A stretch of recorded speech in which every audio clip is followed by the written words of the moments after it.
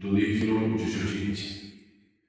O Senhor te abençoou com a sua fortaleza, pois que por teu intermédio nos guardada dos nossos inimigos. Abençoada és tu, ó filha, pelo Senhor Deus Altíssimo, entre todas as mulheres que há na terra. Bendito seja o Senhor que criou o céu e a terra, que te criou para que cortasses a cabeça do príncipe dos nossos inimigos.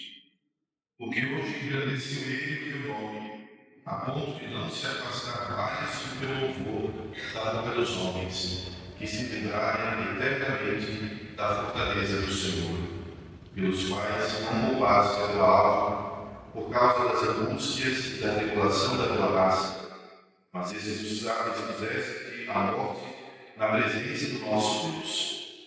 Tu és a glória de Jerusalém, a alegria de Israel, a honra do nosso povo.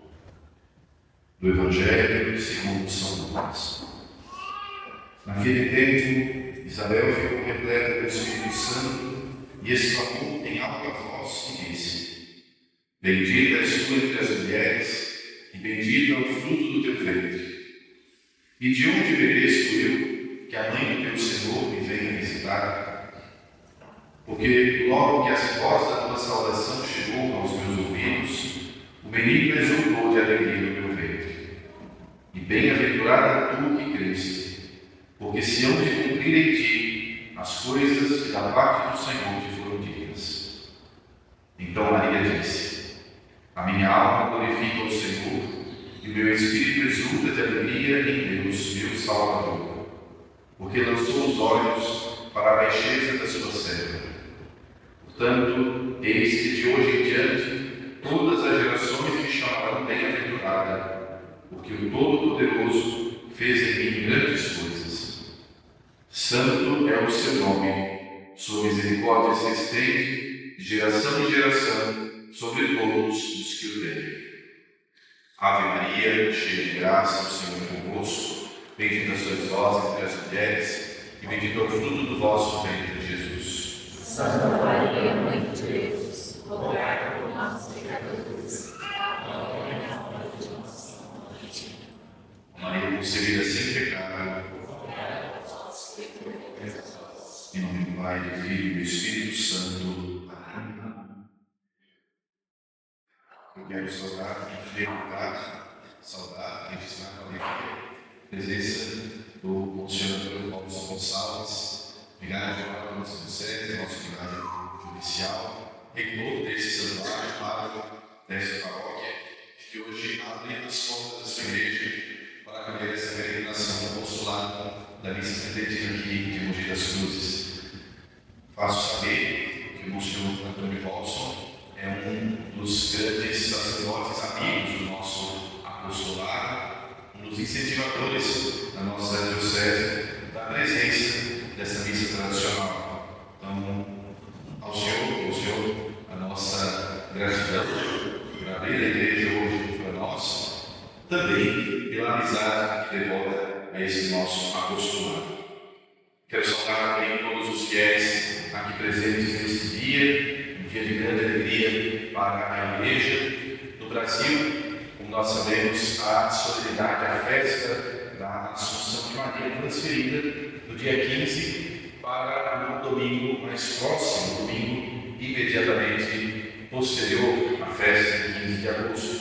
Portanto, hoje nós celebramos com toda a igreja que está no Brasil esta solenidade externa da Assunção de Maria. O calendário tradicional observa-se hoje o 10º domingo depois de Pentecostes. Por isso foi observado que há duas coletas, haverá duas orações, essas orações secretas do refeitório, também duas orações pós-comunhão, hoje, portanto, para a comemoração do 10º domingo depois de Pentecostes. Carlos Fiel está celebrando, além disso tudo, também o aniversário desse apostolado que começou uma festa da Assunção. Eu recordo com muita gratidão os sacerdotes que se esmeraram ao longo desses anos na celebração da missa tradicional. Começar pelo padre Carlos Duarte, que foi o primeiro, depois de muitos anos, a celebrar a missa tridentina. Recordo o Frei Marcelo Aquino, agora em Salvador, oferecemos essa missa em um modo muito especial na intenção dele. Padre Marcos dos Santos, que hoje estuda em Roma, Padre Marcos Sullivan, também celebrou durante muito tempo esta missa. Então, oferecemos a Deus esta também pelo Sacerdócio. E durante esses 9 anos, se a memória não me falha, 9 anos de missa tridentina aqui na nossa cidade, louvamos a Deus por esse apostolado que hoje celebra o seu aniversário. Nós estamos celebrando a mais antiga e, permito-me dizer, talvez a mais bela de todas as festas em honra de Maria, a missa em honra da Assunção, o dogma da Assunção, o dogma mais recente da história da Igreja, foi proclamado 75 anos atrás, 1º de novembro de 1950, pelo Papa Pio XII, o grande Papa Pio XII de Augusta Memória. Naquela ocasião, com a bula Munificentíssimos Deus, o Papa se expressava de modo infalível, coisa rara na história da Igreja, o Papa se expressava de modo infalível para definir como dogma de fé, como verdade divinamente revelada, que a Virgem Maria, concluído o curso de sua vida terrestre, foi elevada em corpo e alma à glória do céu. Esta verdade de fé encontrou eco no coração da Igreja, no coração do povo de Deus, durante toda a história do cristianismo. E é muito interessante perceber isso, porque o dogma de 1950 ele é, no fundo, um triunfo da piedade do povo. É um triunfo da fé dos cristãos, da fé do povo de Deus, mais do que da grande teologia, mais do que as grandes escolas de teologia, sobretudo da Idade Média. É um triunfo da piedade do povo, do amor filial do povo de Deus para com a Virgem Imaculada. Durante todo o cristianismo, como nós bem sabemos, muitas são as relíquias espalhadas pelo mundo inteiro. Essa é aquela igreja, o corpo de um santo, o corpo de um apóstolo, o corpo de um mártir, o corpo de uma virgem, o corpo de um santo papa, de um santo rei. Mas nenhuma igreja jamais, nenhuma comunidade, jamais reclamou para si o privilégio de guardar o corpo de Nossa Senhora. Isso é muito interessante, esse dado é muito importante. Jamais houve, não existem relíquias do corpo da Santíssima Virgem, a não ser algumas pouquíssimas relíquias dos cabelos da Virgem. Isso existe. Mas o corpo de Nossa Senhora nós não temos, porque sempre foi a compreensão do povo de Deus que ao final da sua existência terrena, na hora da sua volta, Nossa Senhora foi elevada ao céu. Nós, do Ocidente, não nos causa espanto falar da morte de Maria. Inclusive existe uma devoção muito bonita, titulada Nossa Senhora da Boa Morte. Nossa Senhora foi, de fato, em toda a sua vida, intimamente associada ao seu Filho Jesus. Intimamente associada a Ele pela encarnação, pelo milagre da encarnação. Maria se tornou verdadeira Mãe de Deus. Maria se tornou, podemos dizer com segurança, consubstancial ao Filho, da mesmíssima substância do Verbo encarnado, o Filho de Deus da história. Maria oferece o seu corpo para que ali seja gerado o Filho de Deus, de modo que tudo que Jesus tinha de humano, ele recebeu da sua Mãe Imaculada. Essa é uma intimidade que nenhum de nós pode alugar com o Verbo de Deus. Nossa Senhora pertencia, Jesus tinha a mesma natureza humana de sua mãe. Dela retirou tudo aquilo que tinha de humano. Intimamente associada a Ele também na paixão. Eu me recordo dos sermões de um grande arcebispo da Paraíba, Dom Marcelo Pinto Cavalheiro, que chamava Nossa Senhora de Mãe Cor de Crucífera. Porque aquilo que Cristo sofreu no corpo, Maria sofria no coração. Os padecimentos físicos de Nosso Senhor, a Santíssima Virgem os sentia na alma. Associada pela natureza humana ao Verbo de Deus, na intimidade da maternidade, associada à obra da nossa redenção, na hora do sofrimento do seu Filho, na hora dos padecimentos de Cristo, aos pés da cruz estava a sua mãe, convinha que fosse associada também à ressurreição do Filho, à glorificação e ao triunfo de nosso Senhor. São João Damasceno, em uma bonito sermão sobre a adoção de Nossa Senhora, sobre esse mistério do encerramento da vida humana e terrena de Nossa Senhora, São João Damasceno se expressa com cores muito vivas, dizendo que a natureza humana horroriza-se, escandaliza-se, acha absurdo, tem pavor à ideia de que aquele corpo virginal, de que aquele corpo sacrossanto tenha padecido no sepulcro aquilo que os nossos corpos padecem. Todos nós sabemos o que acontece a um cadáver quando baixa a sepultura.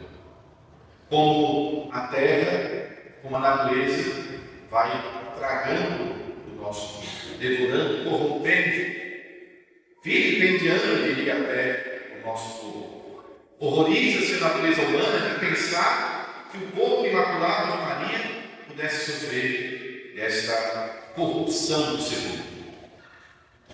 A Jesus convinha ressuscitar a sua mãe. Jesus tinha poder para isso.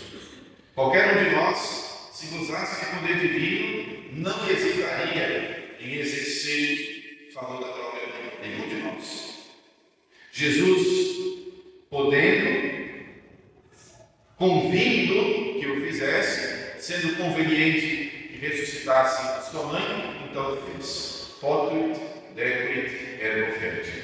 Ele podia, convinha fazê-lo, então o fez.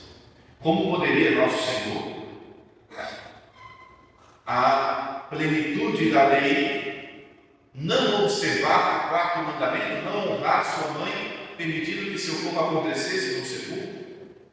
Como poderia a terra ousar tocar os membros sagrados da Santíssima Virgem, que tinham oferecido a natureza humana ao Verbo de Deus?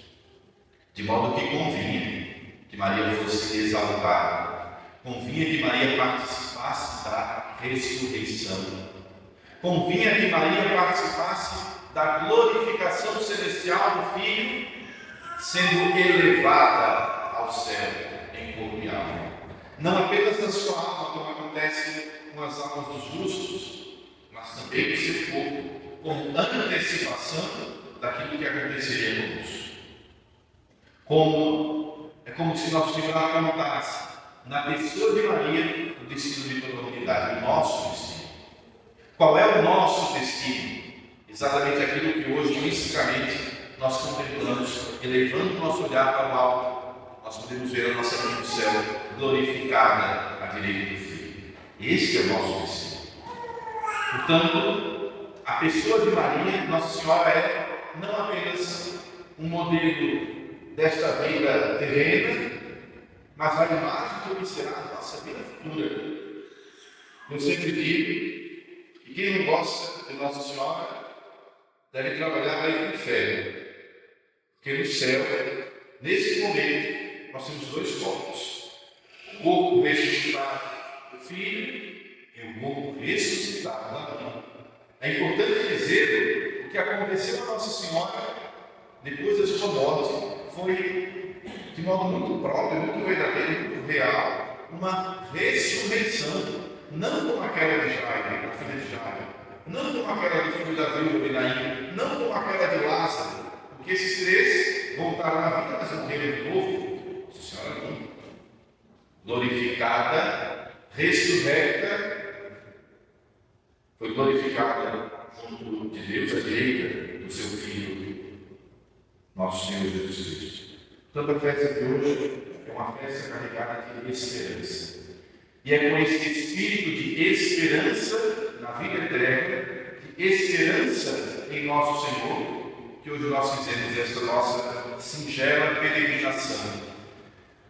Peregrinar, caminhar. O Ano Santo, que nós estamos celebrando, o Ano Santo ordinário, o Ano da Esperança, do Santo da Esperança, é uma oportunidade de nós fazermos essa experiência de um caminhar eclesial, de um caminhar juntos. É importante fazer essa experiência de uma comunidade que reza, de uma comunidade que caminha, de uma comunidade que progride, de uma comunidade que avança. E avança para onde? Para o alto e para Deus. Quero concluir o sermão de hoje falando de uma experiência que tive recentemente, essa semana, esses últimos dias. Pude participar da festa das solenidades do trânsito e da Assunção de Nossa Senhora na cidade mineira de São João del Rei. E duas imagens eu vou guardar com muito carinho. Uma da imagem de Nossa Senhora da Boa Morte, Maria deitada no esquife, morta, a imagem de Maria morta, como nós temos a imagem do Senhor morto nas nossas igrejas, deve ser a imagem de Nossa Senhora da Boa Morte, os olhos entreabertos. E Nossa Senhora, uma característica muito bonita dessa imagem é que ela tem as mãos postas em oração. E estando a imagem deitada, estando a Virgem deitada, as mãos postas elevadas, apontando para o alto e apontando para Deus. Uma imagem da vida cristã. Nós deveríamos resumir a nossa existência neste mundo nessa imagem. Uma vida devotada à oração e voltada para o alto. Nosso problema é que a nossa vida é voltada excessivamente para baixo, para as nossas preocupações, para as coisas deste mundo, para os apegos da vida terrena. Santo Afonso de Ligório, no livro Glórias e Maria, ele diz que três coisas costumam tornar angustiante a hora da morte: a culpa dos pecados, a incerteza da salvação e o apego às coisas da terra. Nossa Senhora, na hora da morte, estava livre dessas três preocupações, dessas três angústias. Concebida sem pecado, não tinha culpa. Sendo mãe do Filho de Deus, sabia, embora certamente não me fez batizar, com humildade, mas sabia que podia ter certeza da sua salvação. Se alguém podia ter certeza da salvação, esse alguém era Maria. Então a incerteza da salvação não era a preocupação de Maria na hora da morte. E o desapego das coisas da terra. Depois ela se expôs seu filho, o que mais tinha Maria ia ter nossa? Vivia constantemente com aquelas mãos da sua imagem, em oração, voltada para o alto, olhando para Deus, contemplando a sua vida. Esse é o exemplo de Nossa Senhora para a nossa vida. Então, essa é a primeira imagem que eu gostaria de compartilhar com vocês hoje. E a segunda é uma imagem que eu vi, já conheci essa festa, mas foi muito comovente. Durante o hino do Glória, eles sabem, curtindo no altar, e aparece a imagem de Nossa Senhora subindo ao céu. Uma imagem muito bonita da Santíssima Virgem, os olhos voltados para o alto, posição de quem está subindo, quem está sendo elevado. Uma coisa muito curiosa, muito bonita, muito singela, muito delicada. Os dois sapatos de Nossa Senhora caindo. Nossa Senhora subindo ao céu e na organização do ano novo, também na procissão de Nossa Senhora, os dois sapatos da Virgem soltos caindo. Por quê? Os objetos que nós usamos, os sapatos, são aqueles que nos ligam à terra. São aqueles que representam, portanto, esse nosso apelo às coisas da terra. E Nossa Senhora, indo para o céu, deixa para trás os seus sapatos. Muito delicado, parte do povo de que organiza a Irmandade, a confraria, a minha confraria de Nossa Senhora da Boa Morte, que agora eu faço parte da confraria da Boa Morte de São João del Rei. Muito delicado colocar esse gesto que representa precisamente esse desapego de Nossa Senhora das coisas da terra. Portanto, duas imagens. Uma para a nossa vida, outra para a hora da nossa morte. Durante a vida, estamos hoje nesta Santa Missa, que nós saibamos viver em oração e voltados para o alto. E na hora da nossa morte, nós sairemos deixar para trás os salários, ou seja, aquilo que nos prende à terra, as preocupações humanas, o dinheiro, a carreira, até mesmo a família, porque até isso nós precisamos deixar para trás. São os nossos sapatos, são as coisas que nos apegam a essa terra. Aqui estamos de conclusão, faltou me fazer um registro importante. Hoje é também um dia especial na nossa comunidade, no apostolado da Missa da Argentina, que nós teremos a alegria, eu terei a alegria de, pela primeira vez, dar a Santa Comunhão a Giana. Giana, que eu vi crescer, está com 7 anos, e eu vi crescer neste apostolado. Nós podemos dizer com segurança que ela é um fruto deste apostolado. E hoje ela recebe, na festa da Assunção de Maria, recebe pela primeira vez a Santa Comunhão. A pureza, hoje de manhã, ela veio se confessar e me comoveu profundamente a pureza da sua confissão. Comoveu-me profundamente a consciência dos seus pecados de criança, coisa que falta em muitos de nós adultos. Ouso dizer, faço questão de dizer publicamente, oxalá nós tivéssemos essa consciência quando nos confessamos. E daqui a pouco, com a alma purificada pelo sacramento da penitência, pela confissão, ela vai se aproximar pela primeira vez do banquete eucarístico. Portanto, a nossa oração hoje, a minha oração muito especial, ela que é uma menina muito querida, a minha oração muito especial por ela, para que também ela saiba viver em oração voltada para as coisas do alto. E na hora da morte, daqui a muitos anos, com a graça de Deus, na hora da morte, você vai deixar para trás os sapatos, as coisas que não pertencem a Deus. Ó Maria, você é santificada, rogai por nós, Senhor.